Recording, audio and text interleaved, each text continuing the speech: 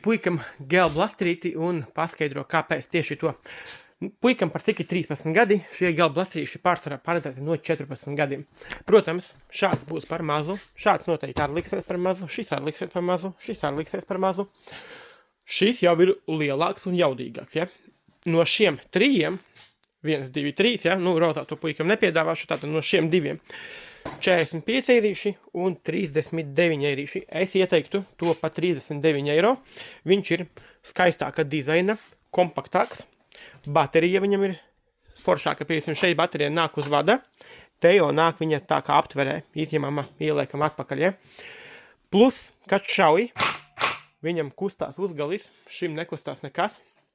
Aptvere ir necaurspīdīga, šeit ir caurspīdīga, un, protams, plasmasa kvalitāte jau pati pa sevi, man liekas, jau pat kamerā ir redzama, ka šeit jau tāda biezāka šitā, stingrāka plasmasa. Es ieteiktu to. Šo arī, protams, var, viņš ir smuks, skaists, dizains, jaudas ziņā viņi ir pilnīgi vienādi, šauj viņi arī pilnīgi vienādi spēka ziņā.